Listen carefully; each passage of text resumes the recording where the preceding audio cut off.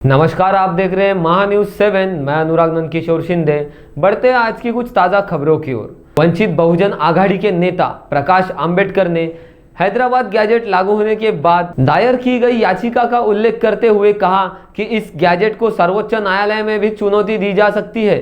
वहीं दूसरी ओर उत्तर प्रदेश में आई लव मोहम्मद कहने पर 15 से 18 लोगों पर मुकदमे दर्ज किए गए, जिसे उन्होंने सरकार की मनमानी करार दिया। किसी के प्रति प्रेम व्यक्त करने पर मुकदमा दर्ज करना गलत है। अण्णांनी सांगितल्यानंतर आपण ऐकलं पाहिजे असं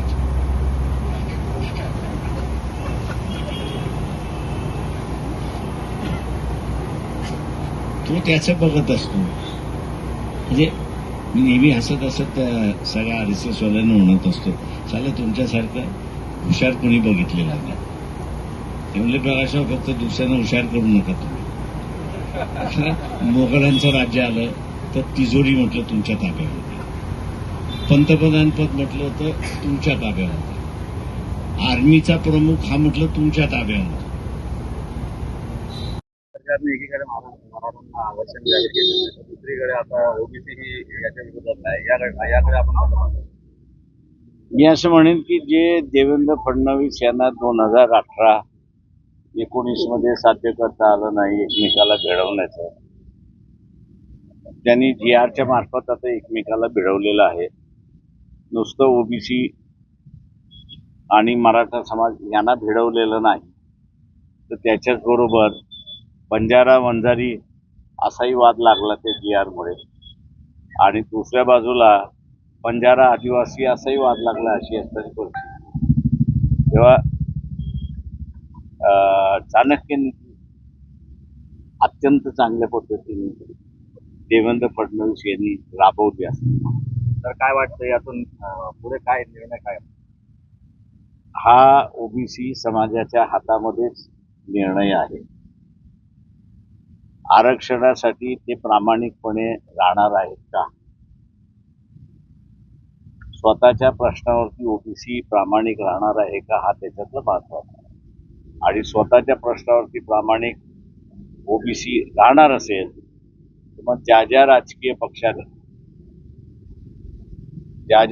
पक्षाने GR काढलेल्याला समर्थन केलेलं आहे त्याच्या विरोधात स्थानिक स्वराज्यामध्ये मतदान करेल आणि स्वतःची असणारी ओबीसी ताकद त्या ठिकाणी दाखवून देईल. आणि ते जर ओबीसीने केलं तर हेच राज्यकर्ते ओबीसींकडे येऊन आम्ही GR मागे घेतला म्हणून त्या ठिकाणी सांगतील. प्रश्न एवढा आहे की ओबीसी स्वतःच्या प्रश्नाशी प्रामाणिक राहणार आहे का, हा महत्वाचा भाग आहे. आता कोर्टाचा निर्णय आहे, त्याला काय सांगणार आपण? त्याला त्याचे चॅलेंज करतात सर्वोच्च न्यायालय. चॅलेंज तर कुठल्याही निर्णयाला करता येतो. चालेल. बाळासाहेब, एक प्रश्न. उत्तर प्रदेशमध्ये आय लव मोहम्मदच्या विषयावरून 15-18 लोकांवर FIR दाखल करण्यात आली. या घटनेकडे आपण कसं पाहता? मनमानीपणा शासनाचा. आता मी कोणालाही सांगू शकतो की तुझ्यावर माझं प्रेम आहे, त्या माणसाने जर कंप्लेंट केली तरच तुम्ही गुन्हा दाखल करू शकता, नाही तर नाही. आता योगीनाथ यांना असताना मोहम्मद पैगंबर यांनी कानात सांगितलं काय याच्यावरती गुन्हा दाखल कर, नाही. थँक्यू.